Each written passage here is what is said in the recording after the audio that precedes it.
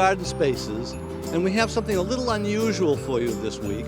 We're in front of the North Baptist Church on North Main Street in Brockton, Pastor Richard Reed, and they have done something I've never heard of a church doing before, and that's a community garden. Pastor Reed, how did you decide to do a community garden here? Well, actually, it's because we have multiple different types of ministries. Our gospel text mission, which takes signs all over the country, and we give them away to people. But 13 years ago, my first task here was to take down the old 1888 building. And so we had this empty field just sitting there. And we tried different things with it. And then finally, about 3 years ago, we started talking about doing a community garden. And we met with several of the folks that run garden clubs in Brockton, and they were very helpful in getting us organized and planning out what to start with. And so last year, with COVID, well, you know, at least we had something to do. We were able to go out and take care of the garden. We had a great harvest. We had neighbors coming out to harvest from it, but we also had some coming to help clean up the trash around and just pick up around the place, make it look nice. And a lot of good donations. We had a couple, a peach tree and a cherry tree. And amazingly, the peach tree blossomed this year, and actually we got fruit from it. I cannot wait for the cherry tree because that was my choice. And then a couple of red maples were given as well. So it's just something to give back to the community and get them involved. You know, not necessarily coming to a church service. That'd be wonderful if they do that. But just a sense of community, they're able to get some food from it. This year's harvest, not as good as last year's, but hey, it's an exciting opportunity. We meet people that we would have no other way of meeting. So you have people who are volunteers from the church who actually do the gardening, correct? That is correct. We have several ladies that have done a lot of work in getting it ready. We had my son, who's in Ireland, did a lot of the construction work because they're all beds. And we also have a couple benches that are made. We've never got them out yet, but they will because we want the front part of the property to be a community park with the community garden right behind it. Okay, now, before I get down to the back to the garden, who are the ladies who are there today who are going to be showing us around? Well, my wife, Lynn Reed, is going to be there, and one of our officers here, Adna Pereira, and they do a lot of the work. There's a couple other ladies that have done a tremendous amount of work. One lady, Stephanie, she donated I think all the soil came in from a nursery in Hanson or Hanover. I forget now. Well, there's probably nurseries in both of those towns. Probably, but one of them has made a couple trips here, and we've moved the topsoil the old-fashioned hard way. By hand. By hand and wheelbarrow. And but then my wife has done most of the work, coming and watering at night and taking care of it, But several of the ladies get together and take care of the weeding, things that we men have no clue about doing. Well, now let's take a walk down back and we'll meet with the ladies and they'll tell us all about how they did the gardening this year. Even though it's late in the season, they still have stuff down there to harvest.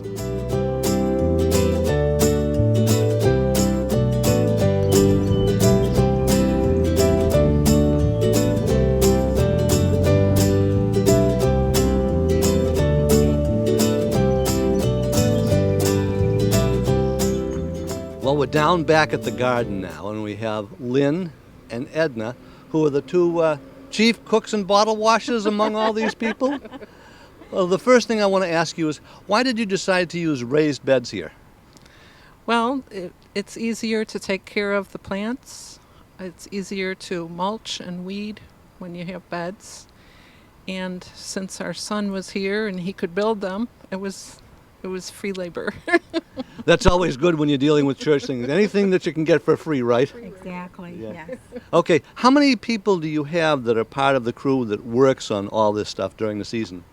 Well, we've had, I want to say, maybe about six people who have done some labor. Yeah. And I understand that you had a whole season long. You started with what, green beans in the spring or something like that? Mm-hmm. Yes, the peas and the beans and the lettuces were in the spring. They love the cold nights, don't they? They do. They do. Okay, and then we've got tomatoes that are still growing. I noticed there are still a few stalks, a few ears of corn on the corn stalks. Yes, there's some corn there, but the corn is about done for Yeah. now. Yeah, it's not the typical type of corn that we normally see when we go into a supermarket, because I noticed the husks were some of them had some purple on it. Yes, Len really planted those. I don't know what kind of corn exactly. Maybe Len can add to that. Yeah, well, when we go into the garden, actually, let's take a look at the individual beds. We'll get a little bit more on that. And tomatoes, you have several varieties of tomatoes? Different varieties. We have beefsteak tomatoes on there. We have the cherry tomatoes, and those are really coming up now.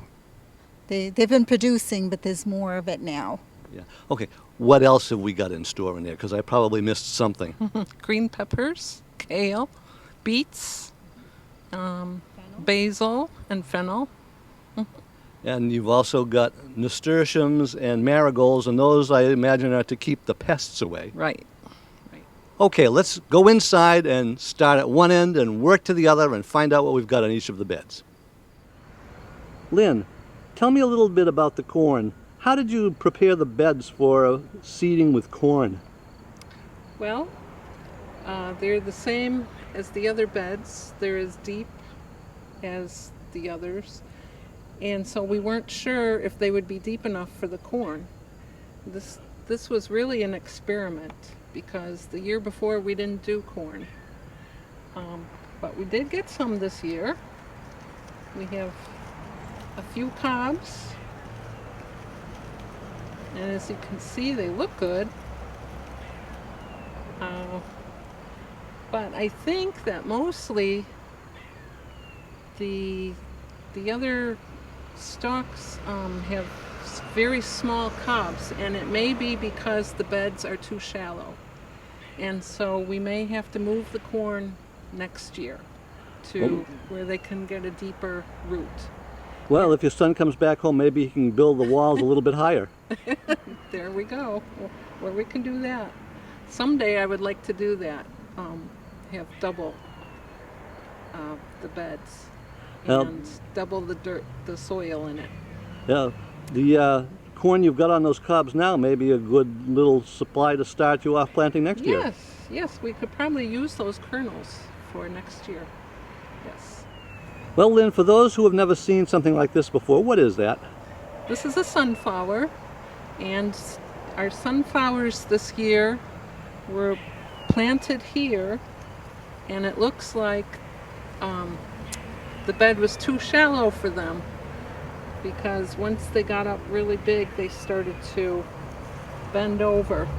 But we can use the seeds and plant them again next year, probably in this area where they can grow a bigger root.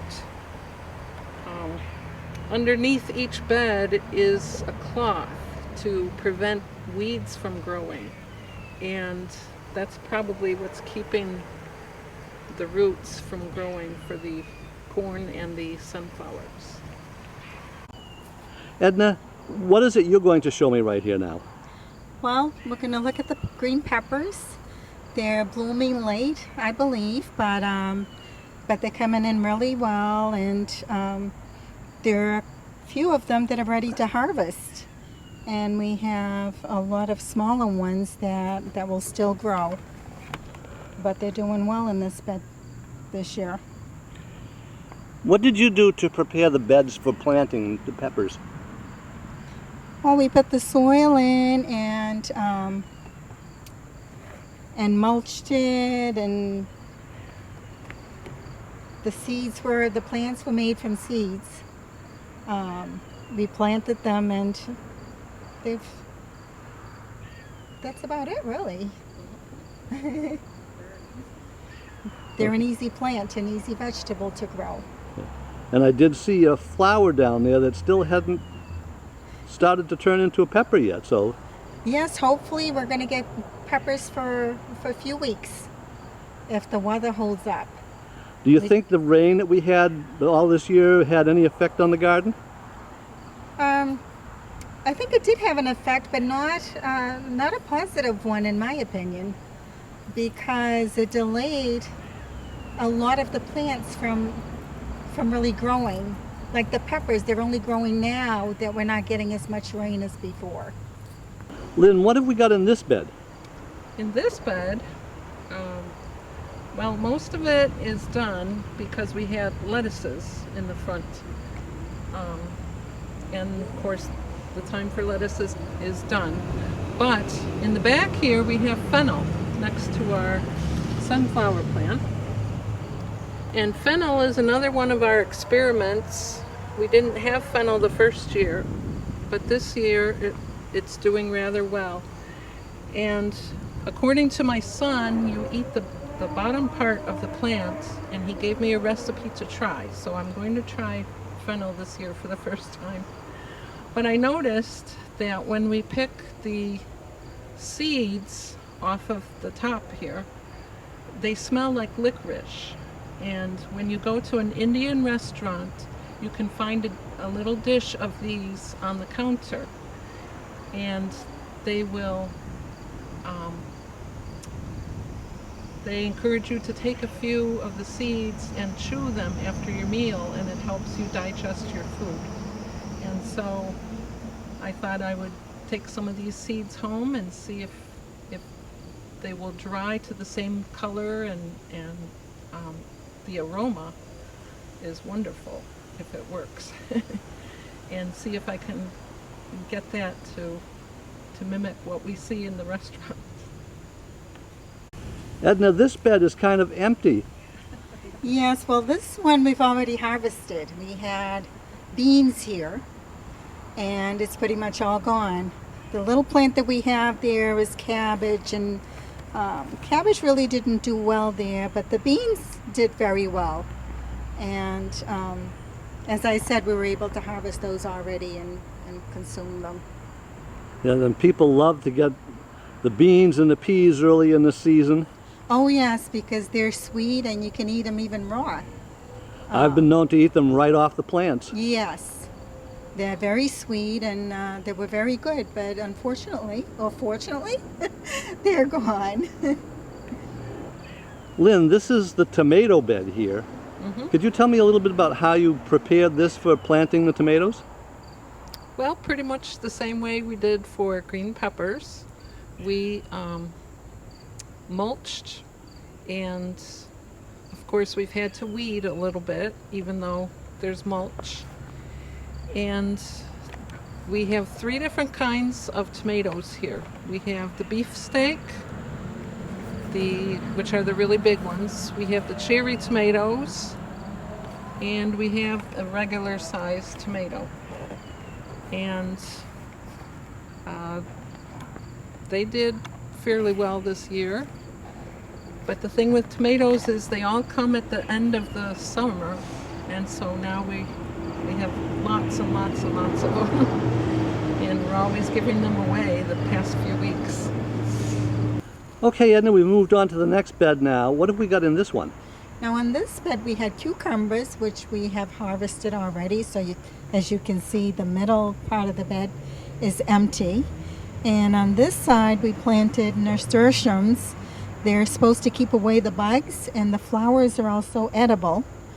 And on the last row we have watermelon that are just now coming in really, and melons. Those really didn't do that well this year, but they look like they're still, something still might come up. You think with all the rain we had that the melons would have done much better this year, huh? Yes, absolutely, but not at all for this year. And marigolds are another flower that's supposed to keep the pests away? Yes, we have marigolds in all the beds as well to keep the pests away. So did it keep the pastor away? Some. Okay, Lynn, what have we got in the next bed? Okay, in this bed we have kale, and it did rather well this year. We need to hurry and pick it all before the bugs get to it anymore.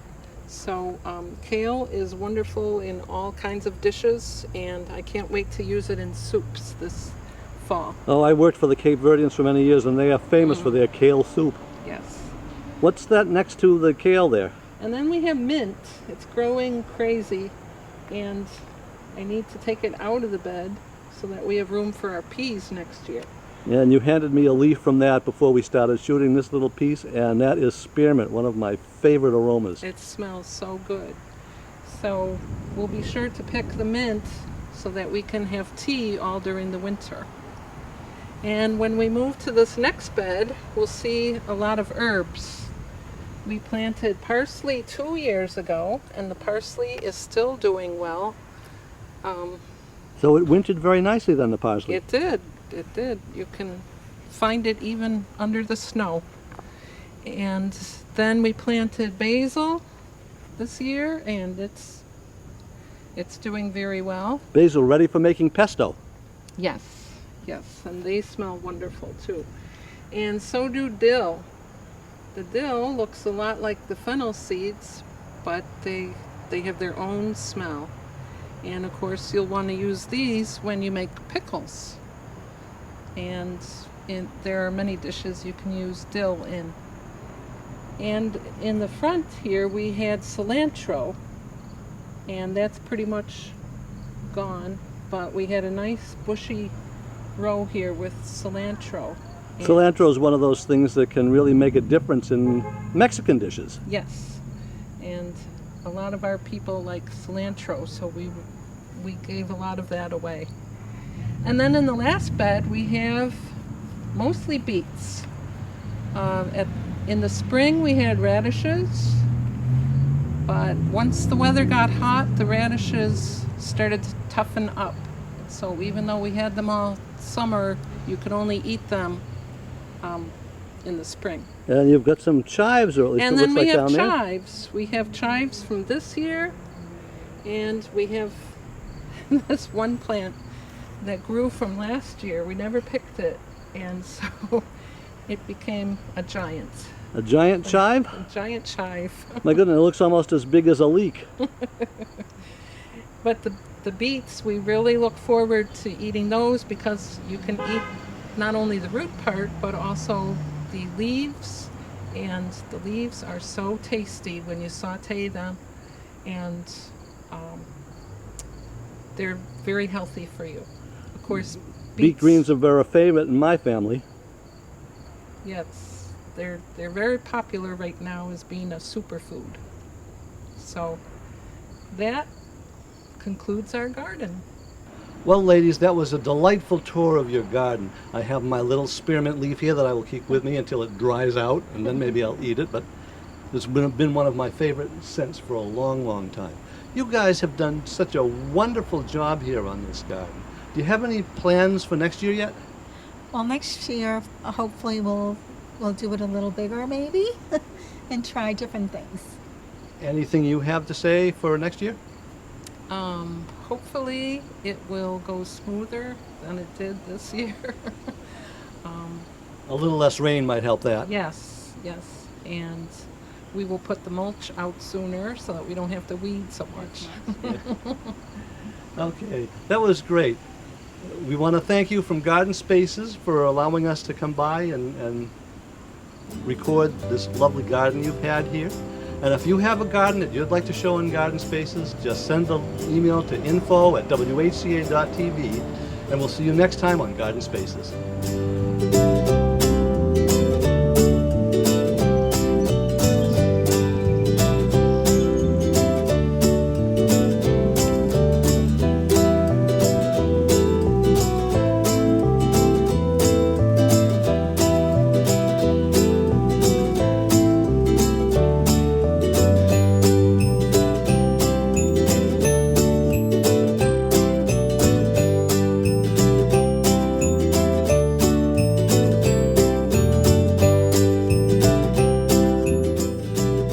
Garden Spaces is looking for more gardens to show on this program. If you would like to show your garden, flower, or vegetable to folks in Whitman and Hanson, send an email to info@whca.tv, put Garden Spaces on the subject line, and put your contact information in the body of the email. We'll get back to you.